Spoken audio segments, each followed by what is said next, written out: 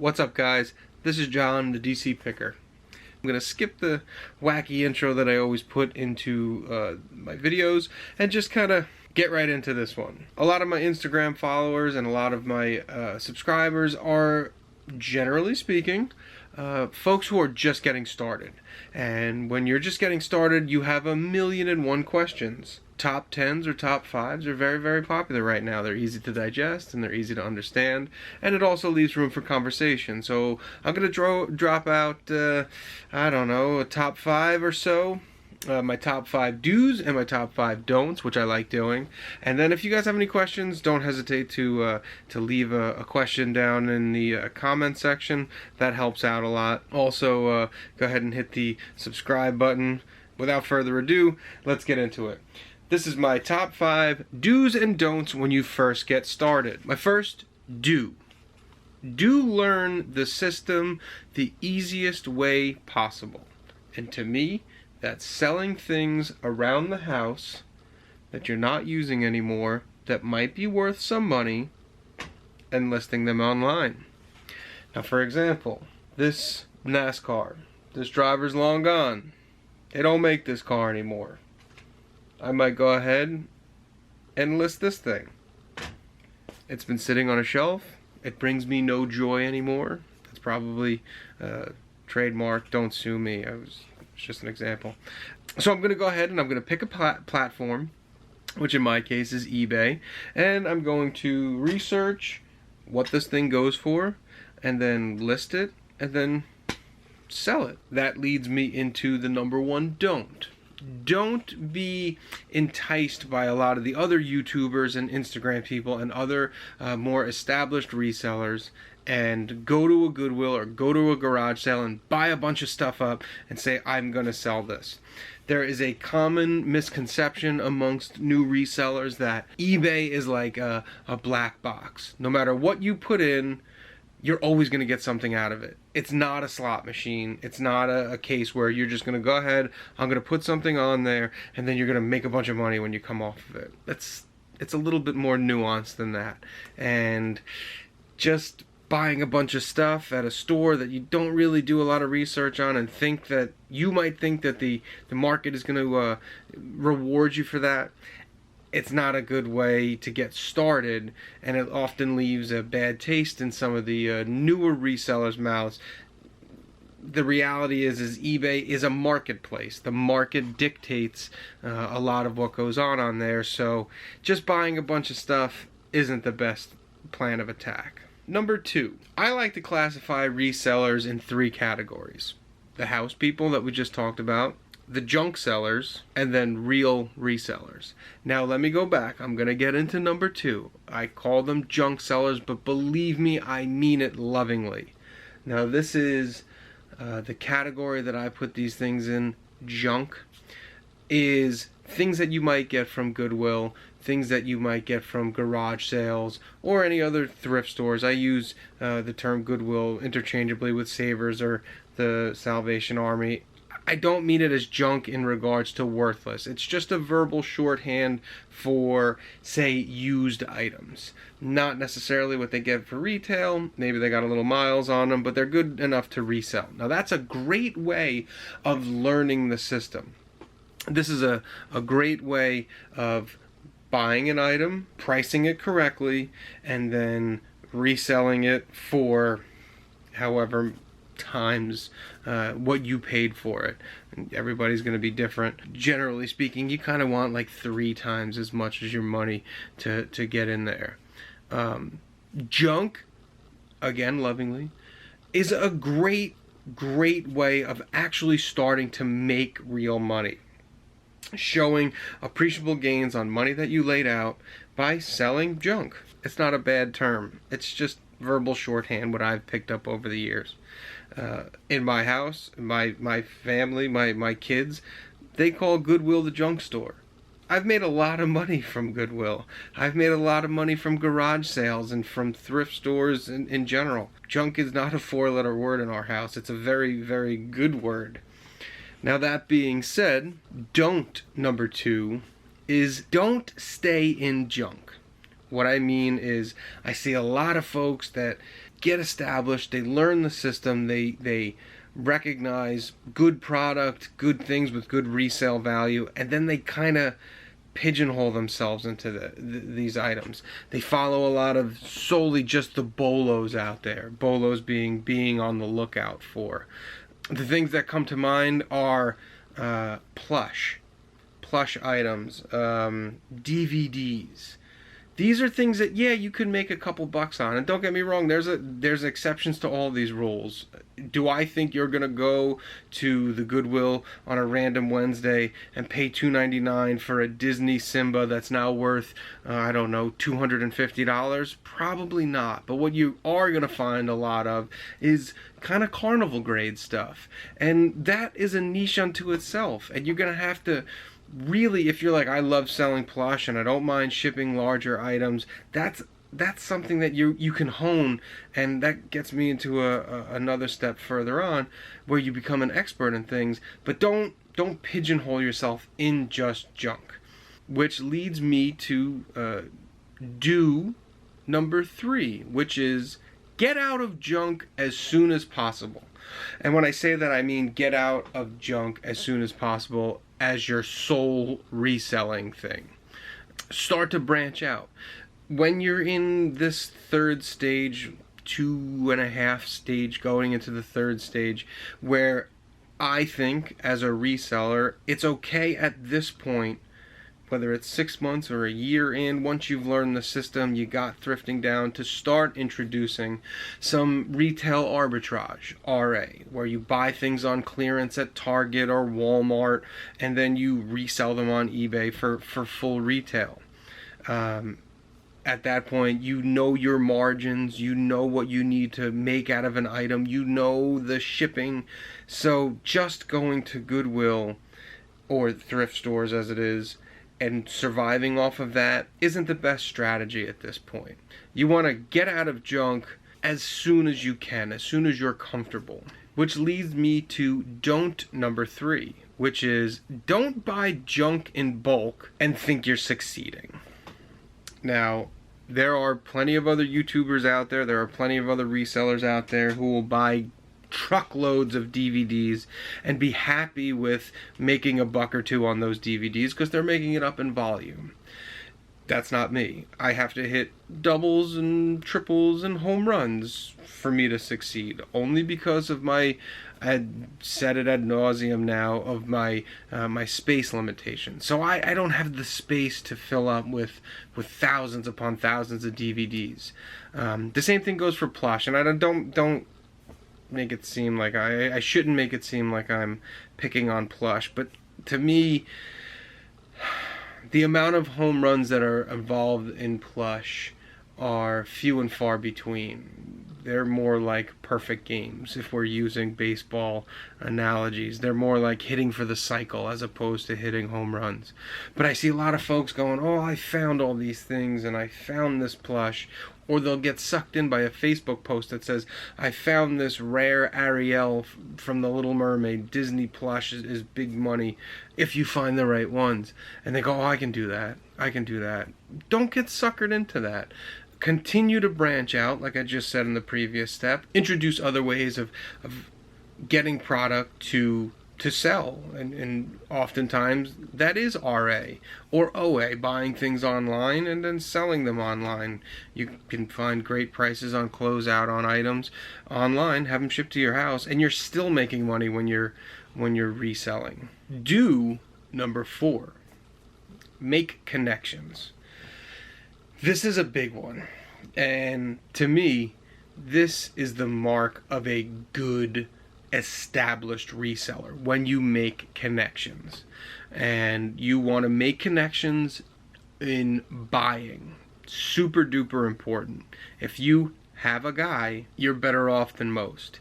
Now, that doesn't mean it has to be a specific guy. It could be another reseller. It could be somebody you meet online and you chat it up and you trust them and you say, I don't know anything about supplements or coffee mugs or whatever it is. And he goes, well, I know a lot about that, but I don't like selling them. You buy it from them. You make connections. You have a guy. You buy things from that guy with the sole purpose of selling them. Now, it doesn't have to be just online.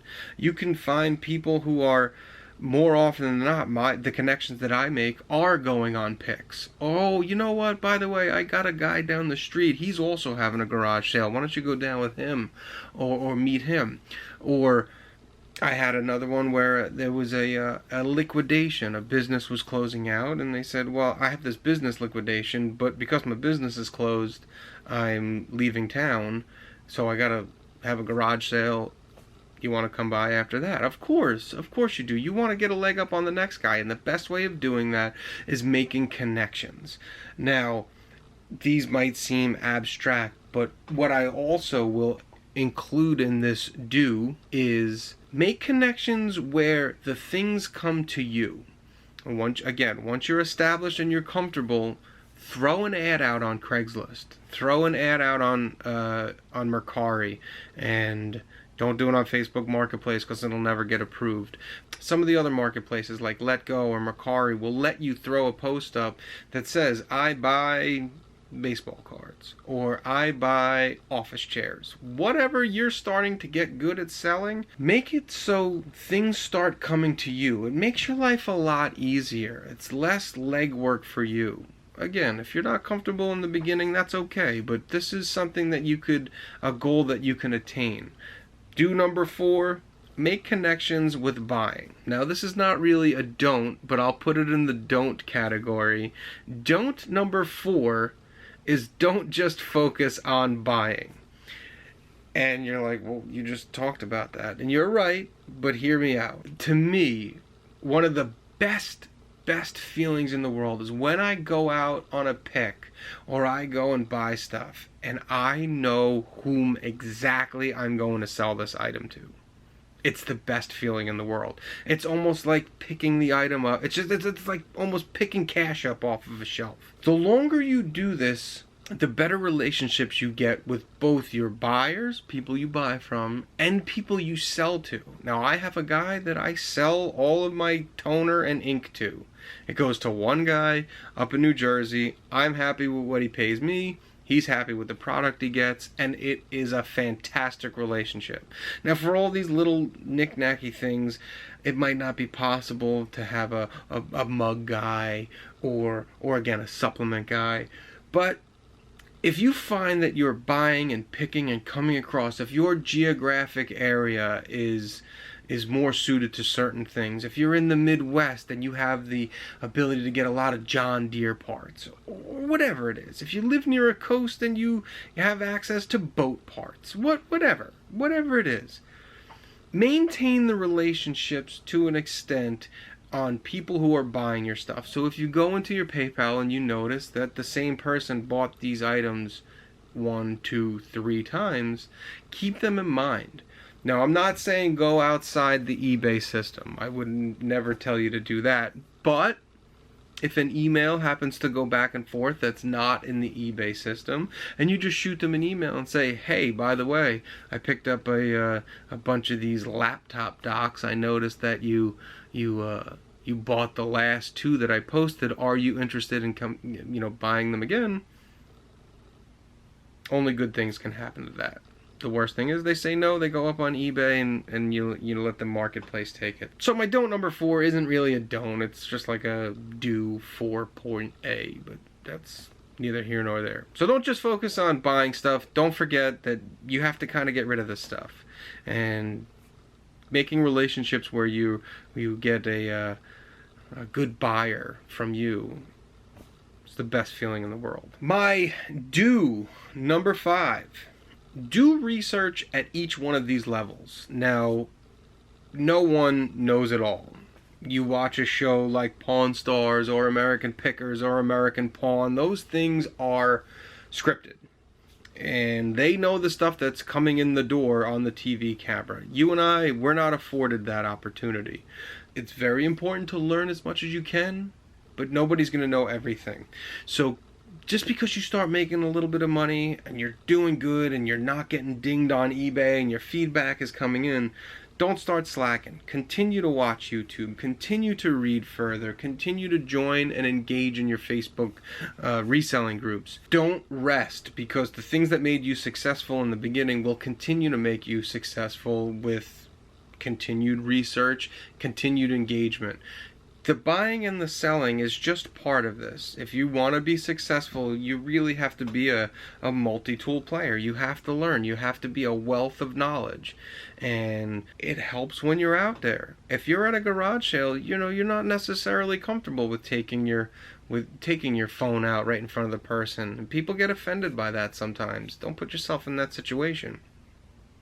So at least if you're spending Monday through Friday going on the Facebook groups, engaging, reading what other people's bolos are and things that they've had success with, so that when you get out there on Saturday and Sunday, or Monday evening on your way home from work and you're stopping at a thrift store, you have that little bit of knowledge. Don't think that you know it all once you start succeeding. My don't number 5 kind of ties into that, and it's don't convince yourself of bad buys. And what I mean by this is we have a tendency, like I touched upon in an earlier point, to go, well, it's eBay. Someone will buy it. And you'll buy an item and you go, oh, someone's going to buy this. It's only $1. It's only $5. I'll be able to get 100 for this. No, easy. Don't do that. With the research that goes on, like I talked about in the previous it's important that if you're in a setting where it's applicable, where you could take your phone out and do some research, like you're in a thrift store, don't convince yourself on a gut feeling that things are going to sell. Check the market. Check sold listings on eBay. If you have an item in your hand and you think it's going to go and you think it's going to get you money, and you scan it and only one of them has sold and there's 50 of them for sale, go ahead and put that item back on the shelf. Don't convince yourself to buy things. And also, this is a really good point when you start getting good and things start to fly off your shelves. We're getting into the fourth quarter. It's September when I'm filming this. You get real hungry. You're like, oh, I need stuff. I need stuff. I'm gonna go and buy that plush. Someone who sells plush is gonna call me out on this, but I'm just using it as an example. Don't convince yourself to buy bad things just because you think you need inventory. Remember when you were in the beginning, when you were struggling. Remember the lessons that you had and that you learned. So that's a big one. That's one that doesn't get talked about often, but I think it's important for new resellers. Don't convince yourself to buy things. This is a business. It's not a charity. It's not a guessing game. We're not throwing darts at a dartboard. Do your research and buy proper items to resell. So now we're going to get into bonus content. Hopefully I'm good enough to put some flashy thing here. Bonus content. Point number 6, do. If you're into this for 6 or 8 or 9 or a year, or 6 or 8 or 9 years, and you're looking into scaling up, do it. Do it when you are comfortable, but don't do it too quickly. Make sure that you can pay. Make sure that you can store this stuff. Make sure that your business can float this added inventory.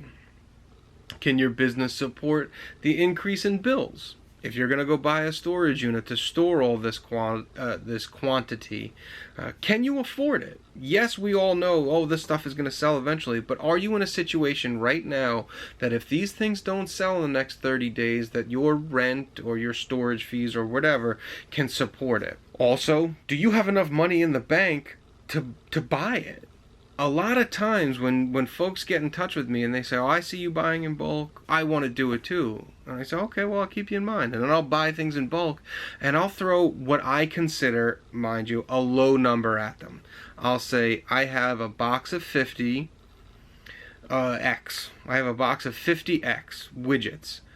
I could sell it to you for $1,000 and then you can make $3,000. And a lot of people are like, whoa, slow down. I got $1,000. What do you think I made of money?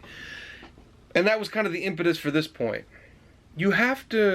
Everybody wants to scale up. Everybody wants to have a boatload of inventory and send out 25 items a day and make a bunch of money and have this thing go on cruise control where all you do is list and ship, and you don't have to go outsourcing.